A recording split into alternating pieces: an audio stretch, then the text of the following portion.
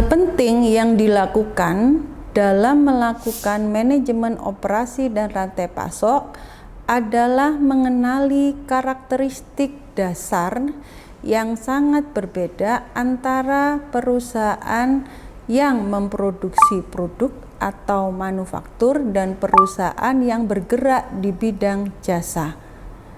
Apakah pengelolaannya berbeda? Tentu berbeda, ya. Karena karakteristik dari produk maupun jasa ini juga berbeda. Nah, mari kita lihat bahwa saat ini perusahaan dibedakan menjadi perusahaan barang dan perusahaan yang menghasilkan jasa, di mana perusahaan yang memproduksi produk atau memproduksi barang ini ada yang dikategorikan murni hanya memproduksi barang atau produk saja, tetapi ada juga yang dikategorikan intinya adalah produk, tetapi ada layanan yang juga mendukung di dalamnya. Sebelum kita masuk ke detailnya, mari kita lihat bahwa karakteristik dari produk yang pertama itu adalah tangible. Produknya ini adalah berbentuk secara fisik. Kemudian karakteristik yang kedua adalah bahwa ketika kita hanya memproduksi barang, maka perusahaan dengan konsumen akan kurang dalam interaksinya, karena perusahaan tidak memberikan produk atau barangnya secara langsung pada konsumen, tetapi melalui beberapa tahapan dulu, seperti ke distribusi, retail, sampai ke tangan konsumen, ya. Kemudian barang atau produk yang dihasilkan seringkali homogen, ya.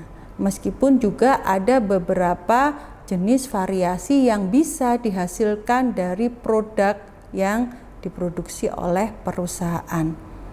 Nah, kemudian yang terakhir di sini barang ini tidak mudah rusak. Artinya perusahaan ketika membuat produk, maka ketika ada cacat atau kualitas yang kurang bagus, maka produk ini bisa dibetulkan, bisa di-rework, ya. Dan selain itu, kalau untuk jenis produk atau barang, dia bisa disimpan untuk kebutuhan pemenuhan keinginan konsumen pada tahap-tahap berikutnya. Barang ini dapat disimpan. Nah, ini sangat berbeda dengan karakteristik dari jasa. Balik lagi, jasa ada yang murni jasa, ada yang inti dari perusahaan itu jasa, tetapi dia juga disupport oleh produk, ya. Apa karakteristik jasa? Yang jelas yang pertama, dia intangible atau tidak kelihatan secara fisik, dan kemudian interaksi dengan pelanggan itu lebih tinggi dibandingkan untuk perusahaan yang memproduksi barang, ya. Dan pada dasarnya sifatnya lebih heterogen yang ditawarkan kepada konsumen dibandingkan dengan perusahaan yang memproduksi barang.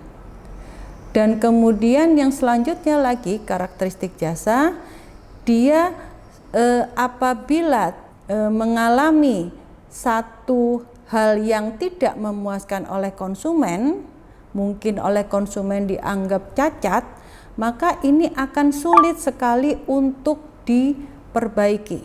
Tidak seperti produk yang dihasilkan oleh perusahaan, bisa di-rework.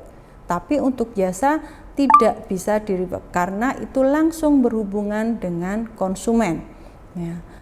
Kemudian di sini biasanya juga pada jasa ini penilaian dari konsumen itu dianggap pada satu paket, ya.